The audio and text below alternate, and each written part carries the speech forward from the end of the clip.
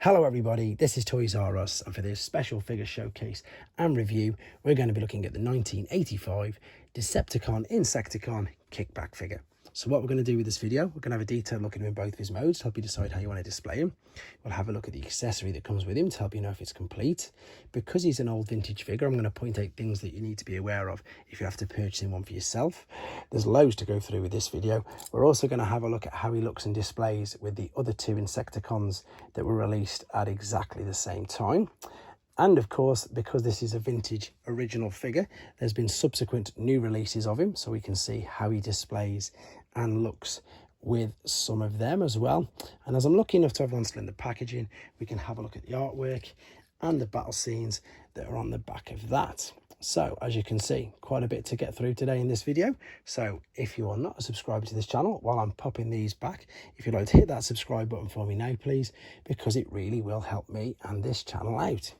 So, as I've said, 1985, this was when he was officially released as a Transformer, but he was released beforehand as a Diaclone Waruda. And this was a pre-Transformers toy line, and it explains, if you don't know, why they had these opening chest cavities, because they used to put pilots inside them. But I don't have a Diaclone version or a pilot, so I won't be showing you that. Let's have a look at the robot mode, though, because it's such a basic figure, but I've got such fond memories. And I can't remember if I actually owned one of these personally, or if it was one of my friends, but I definitely remember playing with them. So as you can see, they're nice and small. They are really, I suppose, quite tiny compared to some of them today's figures. For example, there is a deluxe Impactor figure, and as you can see, he more than towers over him. In fact, I've got a core class figure here as well. He's probably not much bigger.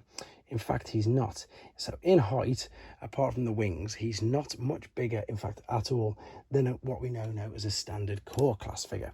However, obviously these were incredibly interesting, like something you'd never seen before, because obviously we'd seen robots and we'd seen cars, but actual robot insects, that was something completely different. Things to be aware of is that they use chrome, so you've got chrome on the wings and the stickers as well. There's chrome on the weapon, which I'll show you in a second, but on the wings it's really quite important. You can see there what happens if they get chrome faded, the yellow just comes through. Other things as well, with it being a vintage toy, is you can see how loose some of the joints get, so that can also be a problem. If you are displaying in robot mode, you can get away with the actual Grasshopper legs being missing. These can actually, again, and you wouldn't even notice if he was being displayed in robot mode, because sometimes they do actually get snapped off, unfortunately. Articulation wise, we've got a bit of articulation in the head. We can turn it around. The shoulders will go all the way around.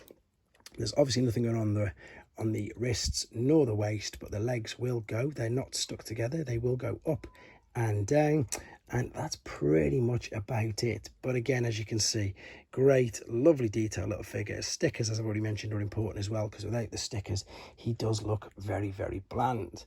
Now, the accessory that I was talking about is this.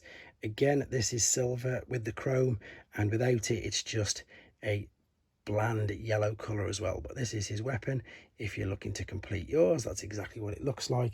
And this would slot over his hand like so, because he's got insect, I suppose, claw hands, and he can't grip it at all. Right, so the Grasshopper mode is super basic. You can see how quite loose this is, in all honesty. We've got the legs out there, so he's got wheels, so you could perhaps roll him around rather than have him jumping around. The antenna as well can come loose and is sometimes and quite often damaged.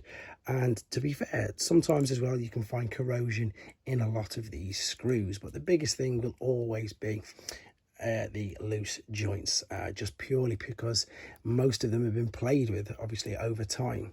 Quite a basic mode, and just for a bit of fun, I've put the transformation process up on a separate video, because it's also quite similar to the new guy. So we're going to go straight for a comparison from the original. Let's just move this box out of the way for the new one. And this, I love this new updated version of him. It's fantastic. And this is very, very cartoon accurate, because what they've done is they've given him that head there. But the beauty and genius of these new figures is, and this is intentional, by the way, this is not me damaging a figure. They gave us a spare one in a set. And now, if we look at this, and if we look at that, brilliant. We've got a fully fledged new version of the original figure. That's just great. So this is the newest one to date of this video in 2022. We've then got, I think it was the Titans Return. I'm just making sure it's Titans Return and not Combiner Wars. It was, yes, it was Titans Return. This is the Titans Return version of him. Again, quite small. This is why it was really refreshing to get a deluxe size version of Kickback. Yes, we did have a deluxe size version from the game Fall of Cybertron, and this guy's absolutely huge, to be fair, but again, not really down the Generations toy line, but based on the game Fall of Cybertron. So, and that's mainly his accessories on the back. Huge figure. Let's move these out of the way quickly, because there's just one more thing that I want to show you before we have a look at the packaged version, and that's, again, there were 3 original insecticons released. So we've got Kickback, we've got Shrapnel, and he's again very susceptible to loose joints, and of course Bombshell. And again, I believe we're expecting to see all of these hopefully in the Legacy toy line. That's not confirmed, but hopefully we will do, because they've made such a good job with him. Before we finish this video off, I'm very lucky to have a sealed example here, and we can see there he is packaged inside that box. Beautiful artwork there of the robot mode. The very simple transformation process. Again, I'm going to upload in a separate video just for a bit of a joke. And if we spin it round, we can see that this originally was $5.99 by the looks of that. There is the lovely 1985 battle scene on the back. If you wonder what I mean by 1985, it's basically just showcasing the 85 figures like Jetfire, the Dinobots, indeed the Insecticons, and we've got the infamous red tracks as well. His tech spec is there. If you want to have a quick read of that, you can pause and read that now. But again, as I say, great little figures. Quite a bit of, you know, cartoon time as well. There's a full episode named after them.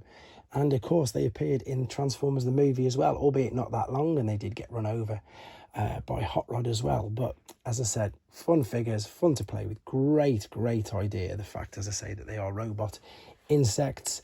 I hope this brought back some nice memories for the people who had them when they were a child, and also maybe if you're after one for yourself, hope this helped you with your decision, and indeed maybe it also sparked your interest in what the new ones are going to be like of the others as well.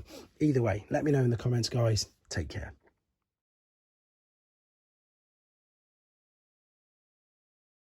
Thanks for watching. Like and comment, and don't forget to subscribe.